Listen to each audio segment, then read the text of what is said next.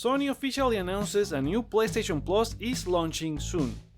Hello friends, welcome back to Hypergames. My name is Joseph and Sony has announced the long-rumored project Spartacus combining both PlayStation Plus and PlayStation Now.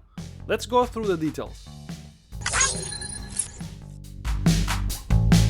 Alright, so the long-rumored service changes are now official, with Sony combining PlayStation Plus and PlayStation Now into a 3-tier PlayStation Plus, which makes sense since it's their most recognizable brand for almost 12 years already, and this phases out PlayStation Now once the changes launch this June.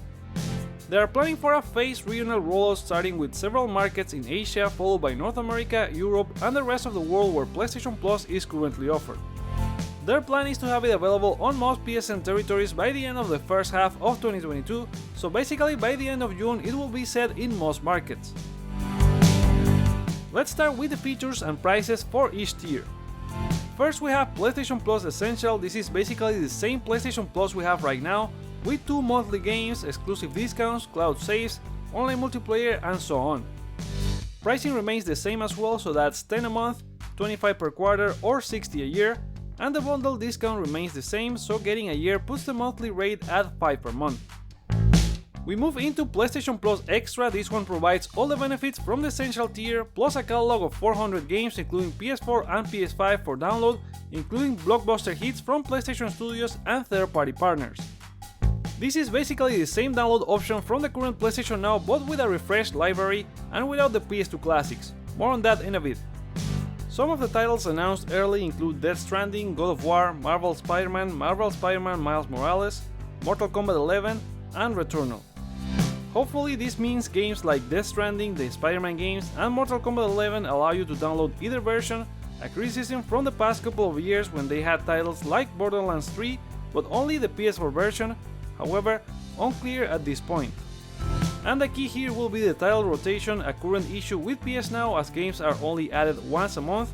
They're already promising the library will be regularly refreshed, so that remains to be seen. Pricing for this tier will be 15 a month, 40 per quarter, and 100 a year. Compared to the rumored pricing is a bit higher, but the yearly bundle has it at a little over 8 a month.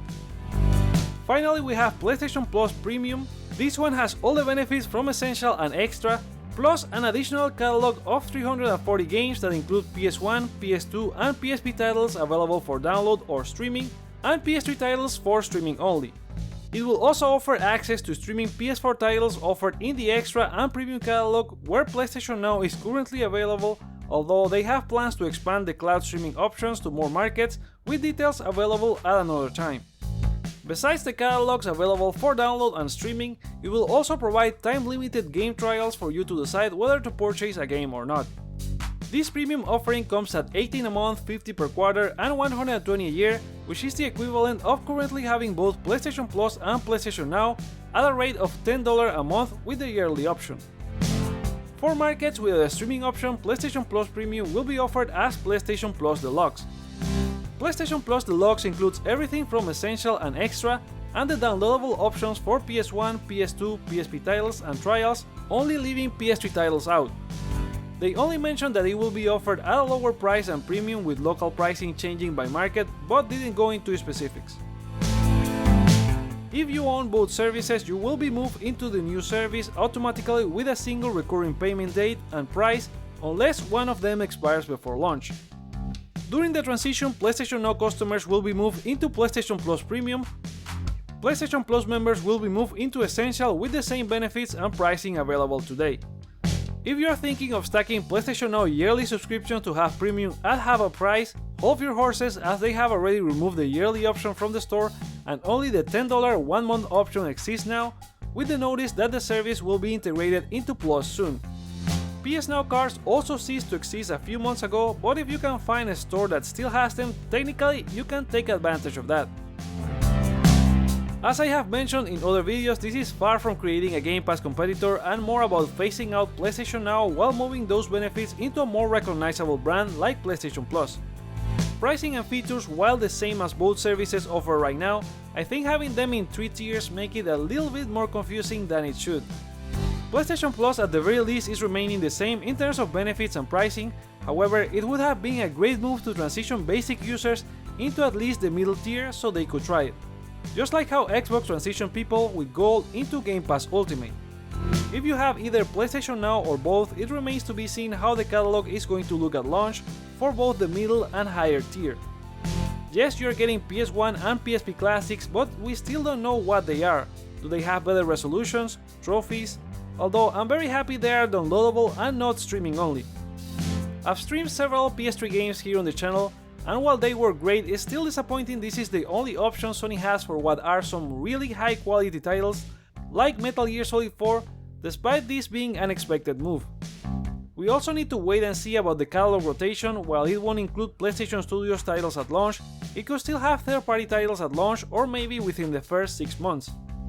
Currently we had Shadow Warrior 3 launching straight into the service, but besides that, PlayStation Now has always been a back catalog library with titles being more than a year old.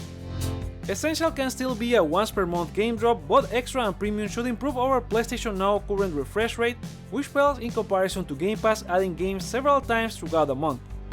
And hopefully it doesn't mean the basic PlayStation Plus will stop getting launch games, as the past year it had more than 10 going straight into the service. In the end, it's too early to tell how this change is gonna go. Right now it's more like a step to the side to go away with the PlayStation Now branding, and we'll have to wait until June. So there you go, the news and breakdown of the new PlayStation Plus services and features and my thoughts on them. But what are your thoughts about it? Will you remain a PlayStation Plus subscriber? Which tier are you going to get?